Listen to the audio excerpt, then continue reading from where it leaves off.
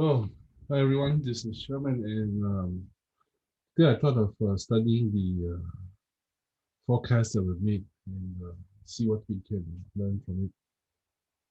Something I like to see what went wrong. When things go right, that's fine. But when things go not so right, and you can still make money, then from trade predictions that did not go the full distance is still a good thing. So if something goes completely wrong, but we manage to salvage the trade or get stopped out, it's also a good thing, right? So that's what good trading is. Good trading is about even when we lose well. You know, if we lose the battle but win the war, it's still a good thing. Right? So let's have a look at this. Let me see. Cat Swiss. This was on 21st January. 21st January. Let's see. So the idea is quite simple. Yeah, sell. If it stays underneath, that means you stay with it. If it breaks out, that means you try to join on the upside, basically.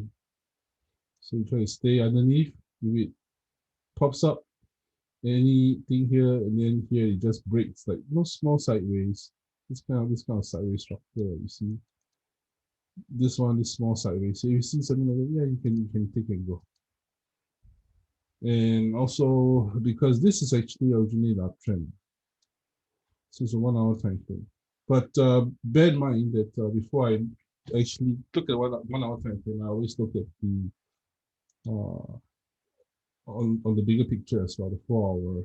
That's why I actually like the 1 hour. But just because I like the 1 hour time frame, just because I like this, does not mean that it's not a bad idea to trade that, because you never know. Like in trading, you never know. This will come here and then just break down like that as well. So so when this one came down, so this idea was correct. In the end, it not only came down here, you see here. So you just yeah. So when this one broke, it means that this trend is gone already. See, so even if this looked like it could have stayed the channel, would be a nice thing, but it doesn't have to do that. So you do that when it goes up, and then it makes a pullback. You can always take this small one, but it would have been taken with caution already because it broke out of the this this channel. I thought this kind of trading makes it easier for more people. There's many ways to trade, many ways to trade. Scalping is a good way. Picking tops and bottoms for large time frames is one way. But intraday trading, you need to be good at stuff like that. So this is also a good way, basically. The time factor, sorry, the time factor is also on the outside already. Let's see. So yeah, so when you broke out, you pull back any small one, you can try. Because if you try this one, like here, so that means you believe that the top will be broken and not the bottom, basically. So just take a little bit and go, right? Of course, take it with a lot of caution. Also because why? It's not. It's really outside. Right? You broke this low. You broke this low here. Right? So um, although this, yeah, maybe there are also cases where the sharp moves down and then yes, maybe. And this one goes up, maybe.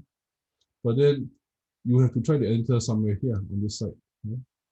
But if we're taking this move up like that, feels me, I would surely exit. I would surely not gun for the moon or for the stars. Yeah, things like that.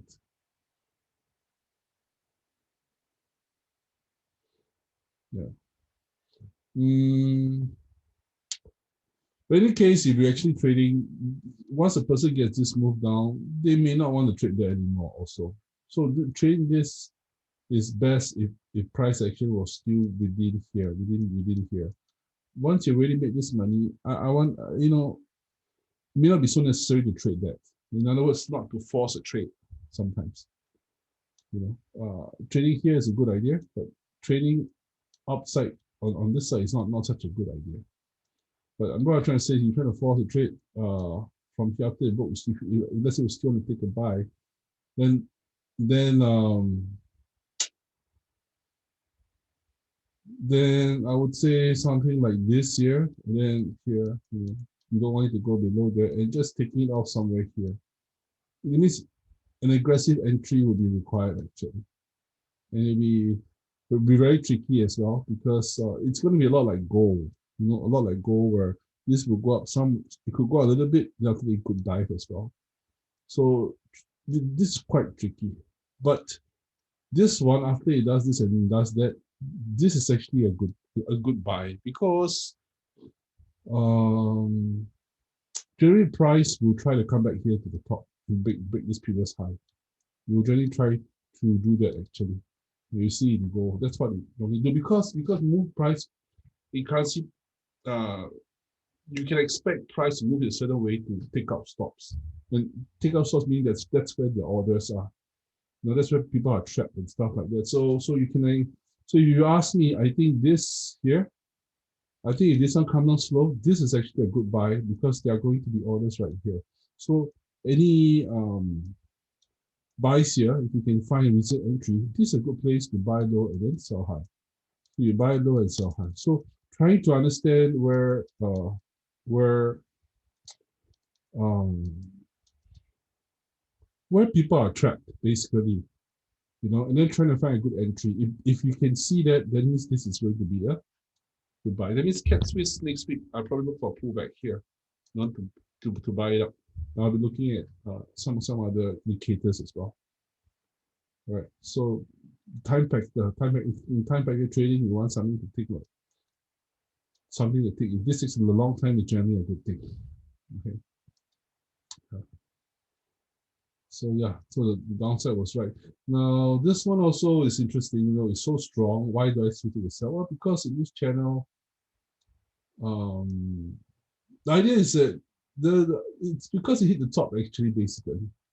It kind of hit the top. So let's say it's over here.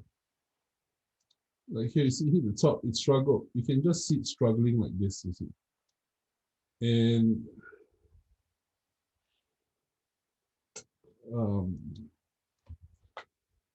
if you don't pick this top, you can always draw a trend line here, and on the break, then that's when you actually sell it. When this one comes down, then on the break, that's when you actually buy it. You can see it for your yen later. Right. If we just take the bounce because it hit this top here, then the stop loss needs to be a little bit bigger because you need to account for what if it goes higher and prepare to take the loss as well. So actually this trade actually was pretty good. So the downside. You see your cat here. Pretty much it was pretty okay.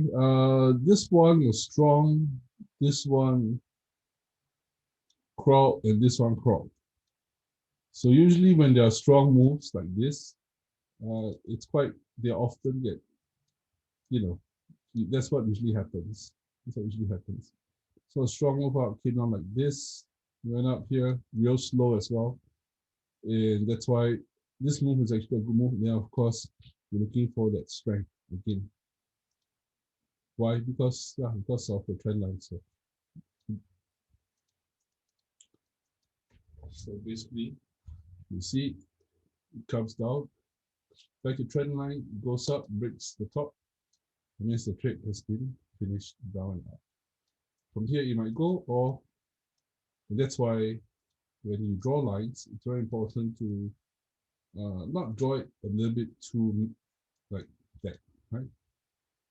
Because people who aim for the stars, like 600 pips, right? Those are done on the 4 hour the daily time frame. Generally, you don't use a 15-minute time frame to hit a daily target. It's a bad idea. Bad idea. Right. I've seen people try to do that, and they get stopped out a lot. They will have a track record that they will not dare to show investors. Right? It's really bad stuff. So know where we are. If you're here, just here, Then it's call it a day. Don't take whatever money you make, and that's it.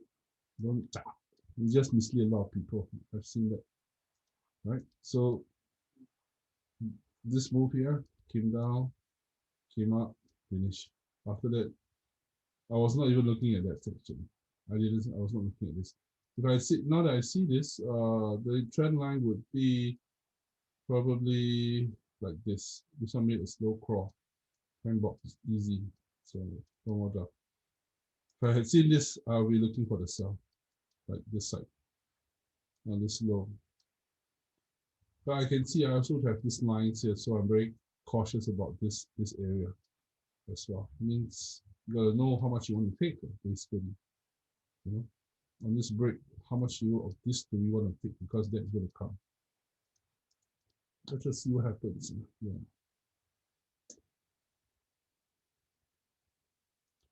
Slow crawls. Whenever there are slow crawls, there's always interesting. Interesting slow crawls, man. Be very careful. See that? Here, bro. Pop, pop, chop. So you can literally study how price moves and get an educated guess and do it again. And you can literally see it. See, this there's only one point when the previous swing was broken, which was this one. And then you have something this here. Draw that. Tuck, whoop, zoop. I think I was, yeah, this is okay. Okay. And then you can also, let me see, yeah. This was it. This was the moment. Yeah, one, two, and three. But most important was actually this swings. This was the first time it was broken. It was never broken before until here. First time. So this would have been good with a good time factor in play. And a weird crawl sideways, the price. Yeah, so that's why. But Euro pound. What did I do here? Oh, basically Euro pound. Honestly, this one actually looked sideways. This actually looked like a corrective structure here. This looked like up. This one came down. This had a possibility to have actually gone up. I was actually keen on this because pound cat did something like this. But unfortunately, Euro pound did not do that. And I think it's a very interesting study here. There's a lot of struggle here at the bottom. There's no doubt here. There's a lot of struggle. Um, because everybody who trades, ways probably can see this, and they probably think that this is a 1, 2, 3, a 1, a 2 here, something a 3 here, or at least some, even if this is going to go down here, they actually want some sideways before it goes, so you can still take some money to the upside here at this point. So this was tricky trade. Depending on how much the stop loss is, most it's possible the trade is stopped out by now if the stop is too tight, right? Let me see. Because I know price definitely wants to get back to here this level. You can tell it's a big struggle. So I don't know, maybe next week or so this one might start to make some push upside because this is a level it definitely needs to get to. Right. In any case, this one, even if this is, let me see, this one comes down. It's hard to say what this is doing right now. The easiest option was, of course, this, never breaking this low. But since it broke the low, it opens up a can of worms. So any buys on pound, this is still in play. It's still very short-lived. Not because that it cannot go here and there, but because there's still other possibilities that can happen. And we just want to take some money. That's it. And not worry too much. So basically, if something like that happens, the first initial move is always going to be funky. Okay, and then this pullbacks happen. So if I see any possibility, I'm still think there should be some upside. Even if it goes up, that's what I'll be hoping for. Because I know it can go up, it can come down. It's 50-50. So more time is required right now since this low has been broken. And this is always a potential worry. So the worst case, we don't want to be swinging for the fences when this one could be that, you see. And this is the first move, this one, and then this is just some slow crawl to the downside. You don't want to call and stuff like that. It's a slow there. Right? So any profit should be just grab and go. Basically, the trend line probably right now would be something, you know, trend line on this would be something like this. I have to touch. Yeah, something like this right now. You can always look for price action outside the trend line. So something like this one, you see. Of course, you have seen that too. So anything here, you can play for a little bit. Anything here, just play for a little bit. That's all. That's all. Yeah, euro pound. Interesting. Always, euro pound is always a little bit tricky. I always find it a little bit tricky. Anyway, Aussie dollar. Yeah, Aussie dollar. So this was I mentioned this in the time factor trading course. Um, so it was pretty good because it did this, then it did that. So it was on point. Then after that happened, that's when I came back to tradingview.com to say that if you want to still get in, you cannot get in here anymore. You need to wait for the bigger one. Since bigger one, you have to, because risk reward doesn't make sense anymore to just take a buy like that, right? So that's what happens. So right now, this move here, this line that I drew, is now this one over here. You see. So in order to take, so when this one came down over here, so if you see an impulse, the correction, like an impulse, like a strong move and then sideways, that would have been your interest to actually get in and trip to the upside. Right. So this one went up and it just collapsed. So yeah, so that became that. So it became not possible to, you can't actually see very clean, and you don't exactly want to buy here. You see. So if any buy was made, it would have to be something like that. That means the entry has to be quite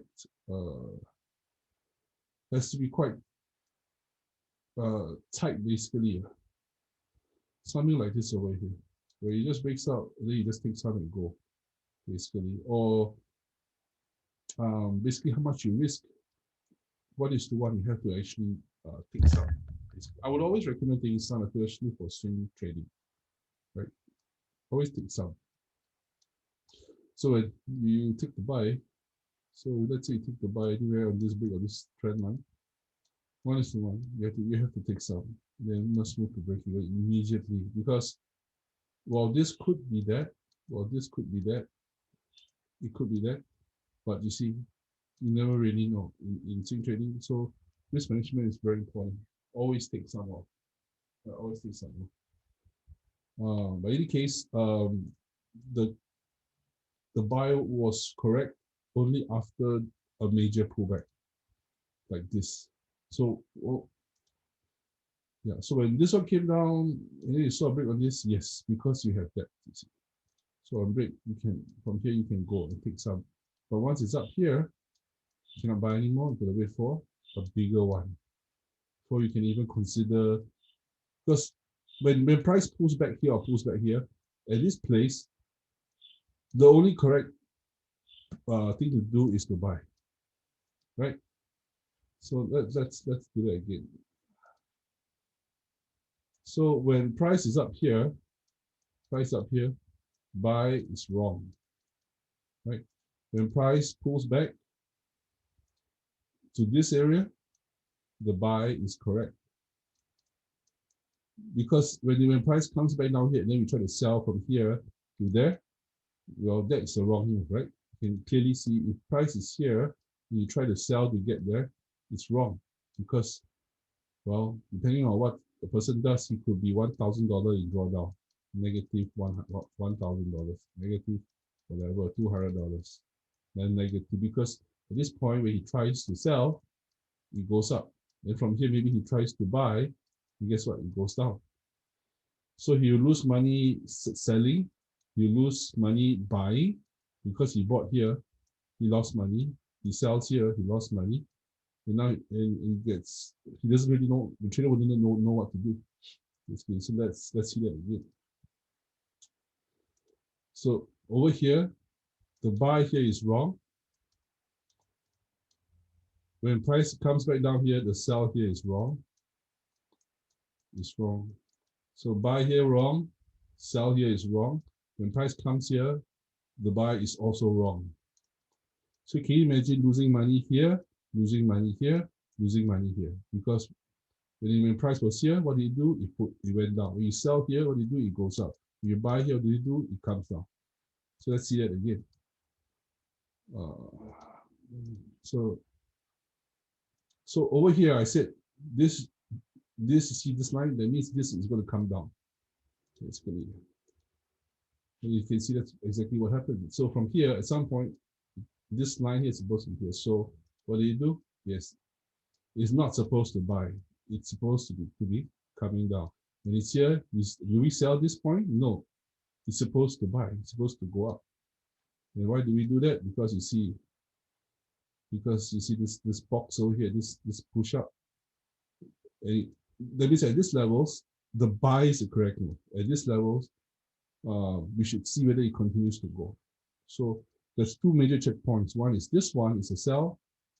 This side level here is a buy. Again, I say again, right? Over here, you're supposed to let it continue and see where it goes. If it does not go, then it comes back here. You're supposed to already have taken off some profit and just get stop off a break even. That's it. So the trading is tricky. It may look easy. It may look easy, but it's a lot more difficult than most people think.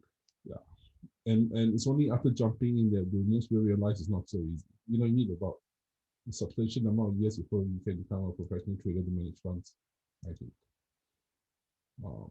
Anyway, let's go look at let's look at dollar CAD.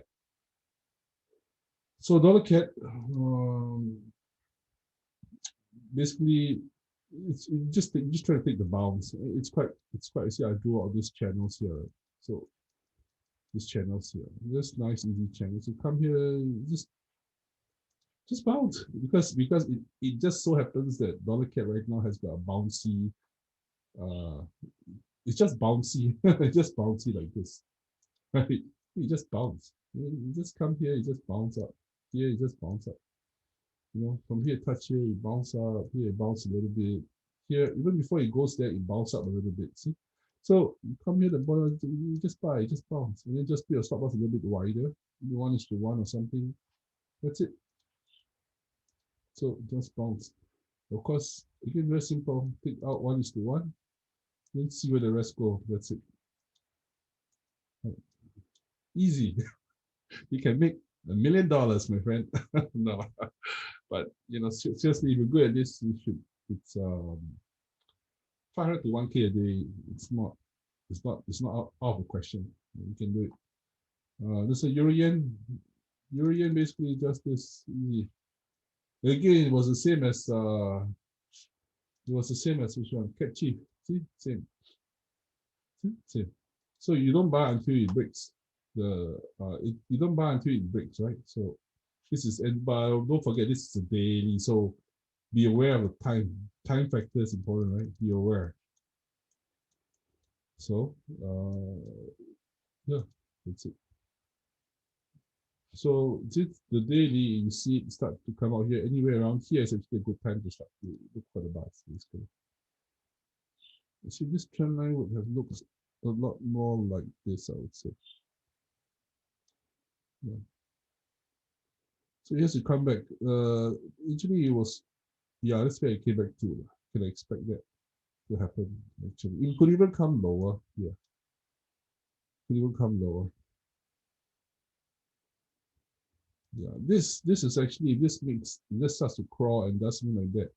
Oh, there's a good chance it could come back here as well. Very possible. So this was like closer to a Thursday, Friday. You just take this move, take the money and go. This is daily time frame, so there's a lot of pitch as well. So just close the trade by the end of the week, basically. Okay. What's your yen? Euro pound, this one basically was the same thing. So I was really looking at this one for the buy actually, around this place. There's a big struggle right here actually. Right now. You can see the candles is just struggling there. We're going to see what happens next, probably the next week or so. Mm, So far, price action, I don't really see. Let me see. Yeah, it looks a bit like that now. Let's see what this does. The candles, maybe it makes a double bottom. We'll know in a couple of days. Go was interesting. Go, I made this post. Basically, the levels that you're interested in, right? This is the best level. That's why you see I put a 1 here, a 2 here. This level, we're going for the aggressive buy. Even though we hope for that, but then don't forget, price can always come like that here and then down, and then it goes up, you see. So this one move is very, very possible. And the reason why I say that is because of this. It's a lot like a previous one. Let me see if I can find it. Was it this one? Yeah, here you go. Exactly. You see that? You can always do something like this. It comes down and then it goes up. Because this is a move that takes money out from traders, from people's accounts, basically. Right? So let's come back to this. So I'm saying that go basically can chunk here, but it can come down and then it can go up like this. This is possible. And of course, this is the easy one. This is the easy one. So that's why if you take the buy from here to here, you are okay. You took the buy from here, well, it's a lot to learn with it. So as you can see, this is what happened exactly like Cat Swiss.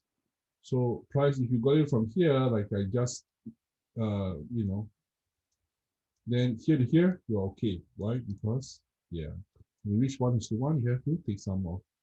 Then when it comes right here, you say, okay, I got stopped off a break even, but I took some money off. But you know that when it comes here, if you do know how to trade this, you can actually trade this one up here, right there. And then of course you will exit here. Why? Because of this. This is a problem area. This is support and resistance. You need to know that. You need to know that this is where there's a push here, you see. So can you, as a swing trader, we cannot just you gotta get in at a very good entry, good entry levels, good entry levels, cannot enter here. So a person who doesn't understand support resistance, right? You get stopped up a lot, right? Because these are all. This is still a good reaction, you know. It could have broken through, but we don't know. That's why you get in far away. You just see where it goes. It might break through, it might not. So when people ask me where's my take profit, I don't really worry about that. I just take out for 1:1 and I let the rest run. I think it's the best way to answer it. There's no real don't worry about the take profit. Only worry about the stop loss. Professionals, if you call yourself a professional trader, you worry about the stop loss and the amount of lots that amount of risk that's going to go into the trade, right? Um, Only the amateurs worry about take profit, I would say. When it comes to swing trading, I don't want to insult anybody, but honestly, if you're thinking about all the money that you're making, and not worry so much about the stop loss, something is quite wrong. Something is quite wrong somewhere. Right? So, in swing trading, higher time frame trading, always worry about stop loss first. Right? So anyway, this one looks like sideways. This one looks like a good buy actually. So for right now, it looks a bit like this. So this one came down. Anything like this, actually, this looks like it can continue. Because it's already touched this level. What time you could go up? There's still this level over here, basically.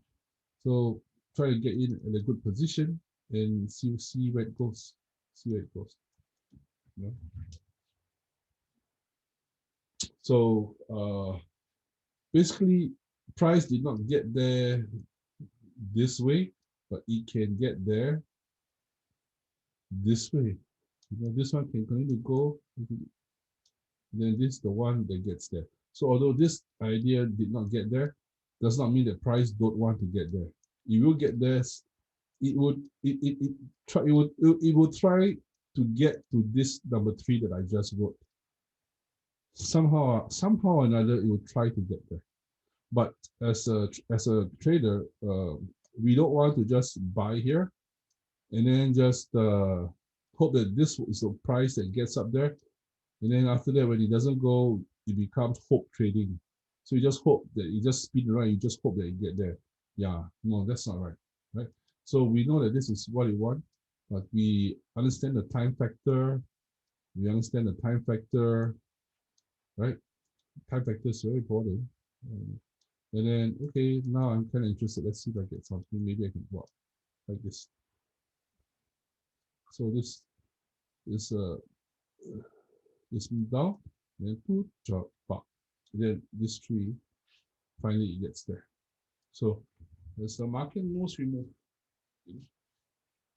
And focus more on the stop loss. Always talk about stop loss first. So I think, and the people who WhatsApp me and show me the thousands of dollars they're making, I think that's a common feeling in the beginning. But as you do this more, I always tell some of the people whom I think are not happy that they think I pouring water on them. But the truth is, you should not talk about all that money you're making. Focus more on the trades that go wrong, and let people know where the problems are instead of shouting, instead of like telling people how much money you're making on time. I mean, that's like someone driving a Ferrari around and just trying to, it's very easy to show off basically, but it adds no value to people basically by telling people that you're making thousands of dollars basically. So the idea is let people know where stop loss should be, like something like this. I think it's important. Yeah. So this is where so the original idea is this is where I want to go. And one is to one, again, take some off and then see whether the rest go. If you don't go, then at least you got some money out of it. Right. If this one, okay. So let's go. Basically, let's do one last one. You okay? So if it breaks this box, but if we don't, then just forget about it. Yeah. So yeah, it just broke this line, and this is kind of sketched already. There's one here. I can see another trend line over here as well. Would I have taken this sell? Probably not. I don't think I would have taken this sell. Yeah. And the reason for that is because this move often comes after, as you can see, like from here, this move might be that too. You see, 1, 2, 3, 4, 5. I don't like to take these kind of trades. They're generally no good. Well, not say no good. Gotta be really on point. Like shooting a 3-pointer. You gotta be really on point in the game. And this is a 30-minute time frame. It's like an in-between time frame. So when it comes to trading, right, the time frames that personally for me I think are good are the very low time frames, like the 1 minute or below, or a very high time frame like a 4-hour or daily. Because when you play a 4-hour daily, even if we don't get the full 200, 300 pips, but if a good entry, you can get about 100 pips from a 4-hour or 8-hour move. If you play like something like a very low time frame, say a 1 minute, the benefit is you get in and out of the market quickly. In and out. You don't have to suffer too long, right? If you lose, you just go to the next trade immediately. So 1 minute time frames are good. I like the very big time frames as well. The time frames that are kind of sketchy to me, like in between us, time frames like the 1 hour, the 30-minute, the 15-minute. Because these kind of time frames are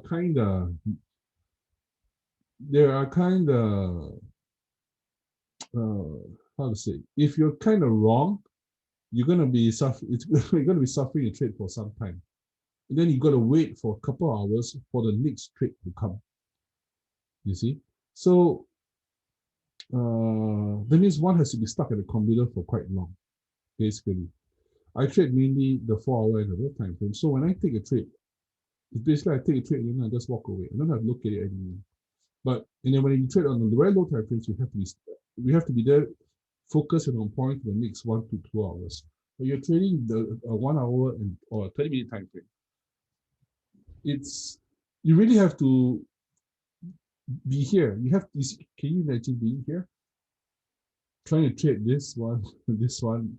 So you're trying to catch this move down here means that you're gonna be really watching this for the next many hours, and I think that's kind of tricky. That's kind of tricky. One could have drawn this, but this kind of fourth and the fifth down like here, 1, 2, and 3, and 4, and 5. This is possible to take, but tricky, I would say. It can come and it can flip real fast, which is what exactly it did. So anyway, that's my personal thought. I like the big time frames or the very small ones. I don't like to trade the in between 15 minute, 15 minute and 1 hour time frames. Yeah, the suffering can be too long, basically. So let's say if I give an example, right? If I'm looking for a trade, say on this side here, to me, if a price came all the way back down here, this is something that you would see on the 4 hour that okay, there's a trade here. So try to get from here to there.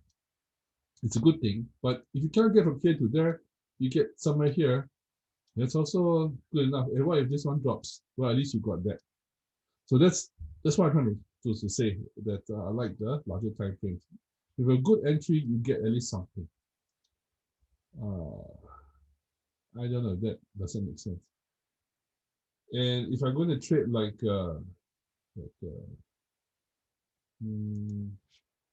okay, I think that's the point I wanted to make. That's for me. Somebody might be good at 50 or 1 minute, 50 minute, 1 hour. Okay, good for them. But if I entered a trade on a 50 minute or 1 hour, it's because I was going for a 4 hour target, basically. Right. So maybe I could just explain it a little bit clearer. Let's say for this one over here. Let's say, see, this is like 6 hour time frame, right? So I would like to get in from here to there, from here to there. In other words, if I trade the 50 minute, I'll be looking for trades maybe somewhere around here. You get what I mean? If I'm looking for 1 hour trade, I may be trying to pick trades around here. But if I'm trading a bigger time frame, I'm looking for trades around here to there. And when trading this way, it allows one to be a little bit more aggressive too, because on a larger time frame, the so-called support and resistance tends to be a lot better, right? So let's say this one for some reason comes to this level over here. Do you think that this one will just drop right through? Yeah, probably not, because if it comes here, like here, and then price then just wicks up like that, and you see a candle here, vision goes up, and then the next day the candle comes down here, and this looks like a very slow crawl on the lower time frame. So on a very low time, so the candle might look like this, and then on the day it can look like this. And this candle is let's say a 6 hour candle. On the 15 minute, this candle and this candle actually looks like that. And this candle actually looks like that. And this is real slow. That means this one is going to retest the wick here, and then it's going to shoot up. So it's easier. I find it easier. The price action and the support resistance makes sense on March 9th. Right? And you can then use the 15 minutes to try to trade this to the upside, but not trading the 15 minute as not trade the 15 minute by itself in order to make money. You're using the 15 minute in order to as an entry for hitting a target that's on the higher time frame. I don't know if that makes sense, or is it too difficult? It's just so much. Okay, anyway, it's if anyone's interested in that, got a good go check out like the video course that I have prepared. You know, it's just hard to squeeze it in. So yeah, go for the higher time frames or trade the very low time frames, right? The in between time frame should be only used for basically entries. I use it for entries to hit a higher time frame target. Basically, I trade the bigger picture in mind. I can think of some ways how people would trade the 15-minute and 1 hour. That would be something like if they see patterns like that, yeah, maybe they try to trade this on the 15-minute. So with no regards to anything except just that.